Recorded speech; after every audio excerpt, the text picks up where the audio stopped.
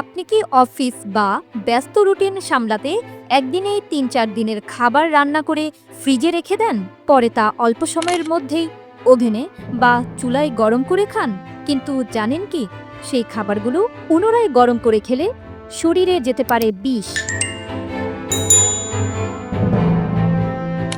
বিশেষজ্ঞরা বলছেন, বারবার গরম করার ফলে কিছু খাবার বিষে পরিণত হয়। ফলে খাবারের পুষ্টিগুণ যেমন নষ্ট হয়, তেমনি নানা রকম রোগের ঝুঁকিও বেড়ে যায়। ক্যান্সার সহ মারাত্মক স্বাস্থ্য ঝুঁকি সৃষ্টি করতে পারে। তাই কিছু খাবার কখনোই দ্বিতীয়বার গরম করে খাওয়া উচিত নয়। চলুন সেসব খাবারের নাম জেনে নেওয়া যাক। ভাত বাঙালির প্রধান খাবার। দৈনন্দিন সবাই কম বেশি ভাত খেয়ে থাকেন। তবে ভাত রান্নার পর দীর্ঘ সময় স্বাভাবিক তাপমাত্রায় রাখলে তাতে ব্যাসিলাস সেরিয়াস নামক ব্যাকটেরিয়া তৈরি হয়। সেই ভাত পুনরায় গরম করলে ওইসব ব্যাকটেরিয়া সংখ্যায় দ্বিগুণ হয়ে গিয়ে বমি বা ডায়রিয়া হতে পারে। অনেকেই সময় বাঁচানোর জন্য একেবারেই অনেক মুরগির মাংস রান্না করে রাখেন।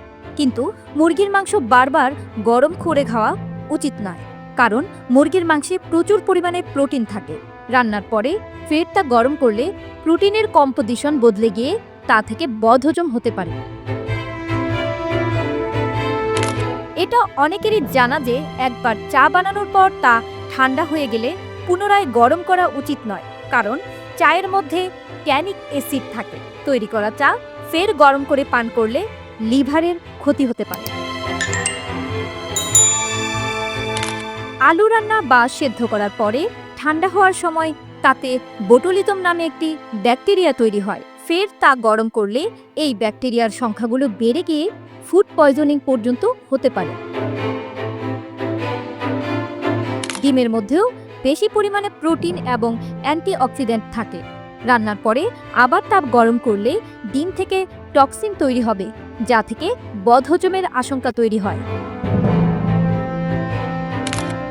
আমরা অনেকেই খাবার রান্নার পর অবশিষ্ট তেল রেখে দিই পরবর্তী কোনো খাবার রান্নার জন্য।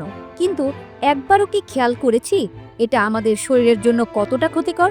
পোড়া তেল ফের গরম করে রান্নায় ব্যবহার করলে ক্যান্সার হওয়ার আশঙ্কা বাড়ে।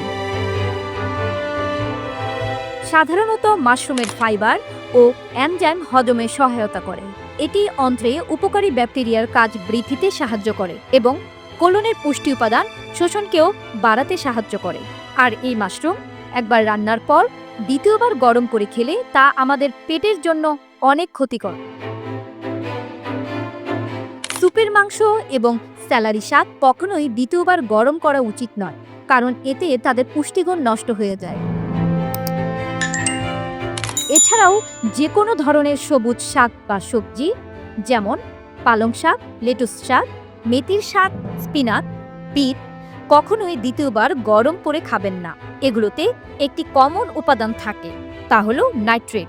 নাইট্রেট নিজে একদমই ক্ষতিকর নয়, যা দ্বিতীয়বার গরম করলে ক্ষতিকর নাইট্রোস্যামিনসে রূপান্তরিত হতে পারে। নাইট্রোস্যামিনস কার্সিনোজেনিক হিসেবে পরিচিত, যা ক্যান্সার সৃষ্টিকারী উপাদান। বিশেষজ্ঞরা জানান, শাকসবজি বারবার গরম করে খেলে শরীরে কার্সিনোজেনিক প্রোডাক্টের পরিমাণ বেড়ে যায়।